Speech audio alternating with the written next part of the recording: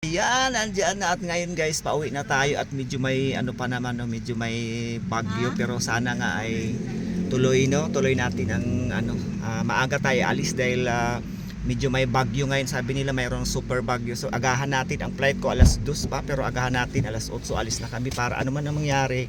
Nandoon na ako sa airport. Ano na natin? Kung mayroong mga pag-cancel sa flight, at least nandun ako sa airport, doon na lang ako matulog. Basta mas maganda talaga yung maaga ka.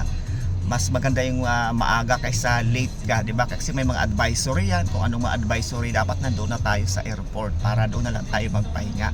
Alas 2 pa man yung ating flight, pero agahan natin ang alis dahil parang medyo ulan-ulan na. May super typhoon daw, pero inshallah wala naman yan kasi nagpasan lang naman niya yung ano, yung ulap. Pag nakalabas siya sa ulap, dire-diretso na yan siya. So kunti lang din nagbibiyahe ng mga sasakyan dahil nga sa siguro nga dahil merong ano, kanselado lahat ng mga pasok sa school pati sa office. At sana ay walang problema. Manalangin tayo sa Diyos na payapa ang ating pagbalik sa Dubai. At maraming salamat sa inyong lahat sa suporta na ibinigay niyo po sa akin, lalo po doon sa aking family. Ito na siya ang aking sasakyan ngayon. Ayan, siya na yung magatid sa akin sa airport. Baya, maraming salamat at mag-ingat po tayong lahat.